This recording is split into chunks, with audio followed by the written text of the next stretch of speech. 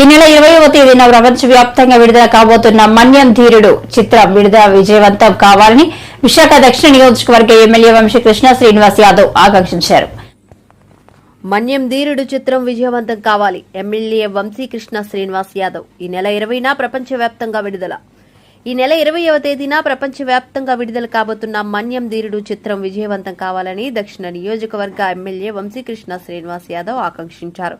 అల్లూరి సీతారామరాజు జీవిత కథతో ఆర్వీవీ సత్యనారాయణ తెరకెక్కించిన మన్యం ధీరుడు చిత్రం విడుదల నేపథ్యంలో నగరంలోని అల్లూరి సీతారామరాజు ఆడిటోరియంలో సోమవారం మీడియా సమావేశం ఏర్పాటు చేశారు.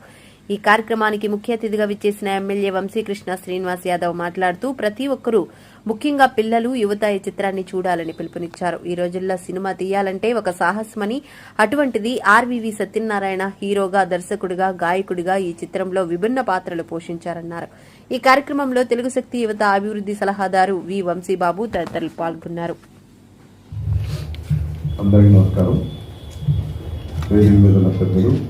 ఎదుగుతున్న మీడియా సోదరులకు ముందుగా హృదయపూర్వక ధన్యవాదాలు. ఇప్పుడే మనం ట్రైలర్ చూసాం, అద్భుతంగా ఉంది.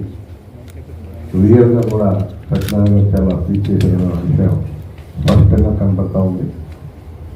ఈరోజు ఆ సినిమా 20వ తారీఖు రిలీజ్ అవబోతుంది కాబట్టి నేనైతే ఒకటి చెప్తా, ఇది ఒక సాహసం అని చెప్పాలి.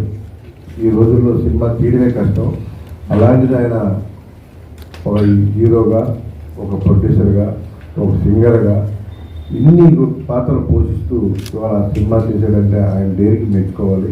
అందరూ కూడా ఆదరించాలని, ప్రజలు ఈ సినిమాని ఆదరించాలని మనస్ఫూర్తిగా కోరుకుంటున్నా. ఈ తరం పిల్లలకు కూడా అల్లూరి సీతారామరాజు గారి గురించి తెలియాలని ఒక కష్టం, ఆయనకు ఉన్నటువంటి ఫ్యాషన్తో ఇవాళ ఈ సినిమాలు నిర్మించడం జరిగింది. కాబట్టి ట్రైలర్ చూసాం, చాలా బాగుంది. సినిమా కూడా చాలా బాగుంది అనే ఫీలింగ్ నాకు ఉంది. ఖచ్చితంగా అద్భుతమైన విజయాన్ని అందుకోవాలని, ఇలాంటి సినిమాలు భవిష్యత్తులో తీసే విధంగా ఎంకరేజ్మెంట్ కూడా ఉండాలని చెప్పేసి నేను మనస్ఫూర్తిగా కోరుకుంటూ, మరి ఇంత అద్భుతమైనటువంటి ఈ సినిమాని ఆయనకి సహకరించిన ప్రతి ఒక్కరికి భవిష్యత్తులో ఆయన ఇంకా సినిమాలు తీసే విధంగా దేవుని యొక్క ఆశీస్సులు ఉండాలని, ఈ సినిమా బాగా ఆడాలని, ప్రతి ఒక్కరు కూడా మీడియా సోదరులు కూడా దీన్ని పబ్లిక్ తీసుకెళ్ళాలి.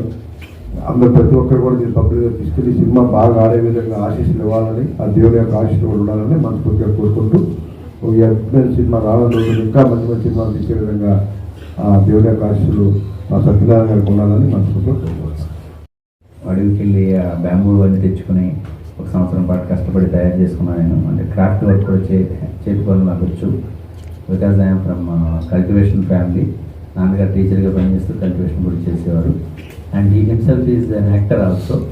దుర్యోధనుడు, రావణాసురుడు, కంసుడు లాంటి సత్య హరిశ్చంద్ర నాటకాలు వేసేవారు నాన్నగారు. సో కొన్ని కళలు తల్లిదండ్రుల ద్వారా వచ్చినాయని నేను భావిస్తూ ఈ సినిమా తీశానండి. ఈ సినిమా 20వ తారీఖున విడుదల కానున్నది.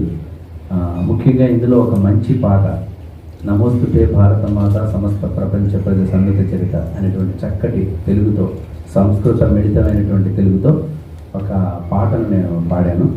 అలాగే ఇంకొక పాట కూడా ఎవరికి చెక్కని లిప్పులు కణమని సీతారామరాజు గారి గొప్పతనాన్ని వర్ణిస్తూ పాడినటువంటి పాటను కూడా పాడాను. ఆ పాటని ఒక తుంబల శివాజీ గారు, ఇంకోటి రెండోది ఈవి శాస్త్రి గారు పాడగా రచించగా నేను పాడాను.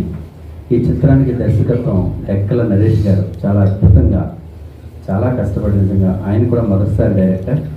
ఎన్నో సినిమాలకి ఆయన అసిస్టెంట్గా వర్క్ చేశారు. కానీ ఈ సినిమా మీద ఎలా అయినా నాకు మంచి పేరు రావాలని వర్క్ చేశారండి. అలాగే పనిచేసిన ప్రతి ఒక్కరు కూడా ఈఓపిగా వినీత్ ఆర్యాన్పరు and set department Eshwar, Appula Reddy for makeup and all ఇలా వర్క్ చేశారండి అందరూ.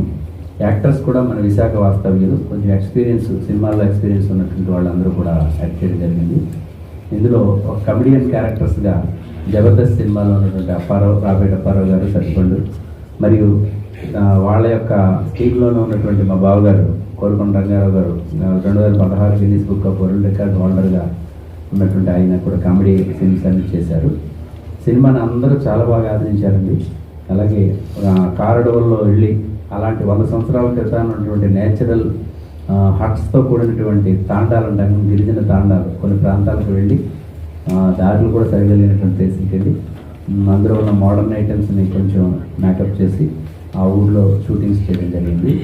ఈ నమోస్తుతే భారతమాత అనేటువంటి దేశభక్తి సినిమా పాటను మాత్రం హిమాలయాల్లో లేక్ లదాఖ్, కులు మనాలి, రోహతన్ పాస్, హిమాచల్ ప్రదేశ్లో ఉన్న ప్లేస్కి వెళ్ళి అక్కడ సీతారామరాజు గారు తన మనోభావాల్ని పాట రూపంలో చూపించినట్టుగా చిత్రీకరించడం జరిగింది. ఇలాంటి సినిమాని నేను నిర్మించినందుకు జన్మజన్మలకి నేను దేవుడికి రుణపడి ఉన్నాను. నాకు ఇన్స్పిరేషన్ ఇచ్చినటువంటి వాళ్ళకి, నన్ను సపోర్ట్ చేసిన వాళ్ళందరికీ పాదాలు వందనాలు తెలియజేసుకుంటున్నానండి. నాకు జీవితంలో ఇది ఒక మంచి వరంగా భావించి సీతారామరాజు గారి యొక్క వేషాన్ని వేసినందుకే నేను చాలా అదృష్టంగా భావిస్తూ మీ అందరికీ పేరు పేరున ధన్యవాదాలు తెలియజేసుకుంటున్నాను.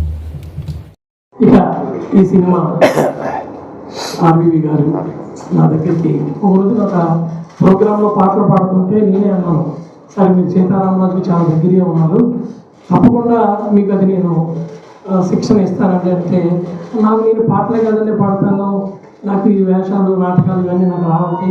లేదండి తప్పకుండా నేను ఆయనకి అల్లూరి సీతారామరాజు పడాల రామారావు గారు ఆయన రచించినటువంటి ఏకపాత్ర వినయం అంటే నేను 1979లో నర్సాపురంలో 5వ తరగతి చదువుతుండగా వేసినటువంటి ఆ ఏకపాత్ర వినయాన్ని వారిని నేర్పించామండి. నేను నేర్పించడానికి పక్కన పెడితే చాలా శ్రద్ధతో ఆయన నేను రమ్మన్నప్పుడల్లా వచ్చి ఆ డైలాగ్ మళ్ళీ ఇంటి దగ్గర వెళ్ళి ఆయన మెదల్ ప్రాక్టీస్ చేయమన్నాను, అలా చేసుకున్నాను. అయితే నేను ఇన్ని 1 కోటి 2 కోట్లు ఖర్చు పెట్టి సినిమా తీస్తారని నేను ఆయనకి ట్రైనింగ్ ఇవ్వలేదండి. నాకు నాటకం పిచ్చి కాబట్టి నేను ఒక నాటక కళాకారుగా అనుకున్నాను. కానీ సినిమా తీశారు, అది నేను చూశాను, చాలా బాగుంది. ముఖ్యంగా మీడియా మిత్రులందరికీ నేను కోరుకునేది ఒకటేనండి, వైజాగ్లో నాకు తెలిసి ప్రజలు చాలామంది సినిమా తీశారు. అంటే విశాఖ అల్లూరు జిల్లాకు సంబంధించినటువంటి సీతారామరాజు గారి కథని చాలా బాగా తీశారు. అంటే కృష్ణ గారు తీసింది ఓకే, కథ ఒకటే అయినప్పటికీ ఇప్పుడున్న లేటెస్ట్ టెక్నాలజీ అన్నీ ఆయన సొంతంగా చేసుకుని తీశారు. ముఖ్యంగా సినిమా తీయటం ఒక ఎత్తు అండి, ఇవాళ డిస్ట్రిబ్యూషన్ చాలా కష్టం. అటువంటిది కాంజేయుల ఆదినారాయణ గారు 159 సినిమాలకు ఇంతవరకు ఆయన డిస్ట్రిబ్యూషన్ చేశారు. 9 సినిమాలు ప్రొడ్యూస్ చేశారు. ఆయన ప్రొడ్యూసర్ తాలూకు బాధలు ఆయనకు తెలుసు కాబట్టి ఆయన డిస్ట్రిబ్యూటర్ అనగానే నేను చాలా ఆనందపడ్డాను. నిజంగా ఈ సభాముఖంగా ఆయనకి ప్రత్యేక ధన్యవాదాలు తెలియజేసుకుంటూ, మీదేనండి ఇక మనమందరం మన ఫ్యామిలీ ఈ సినిమా మనందరం జరుపుకుని మీ ద్వారా ఎంతవరకు జనాలు తీసుకెళ్తారో మీరు తీసుకెళ్తే అంటే 50 రోజులు 100 రోజులు చెప్పం కానీ నా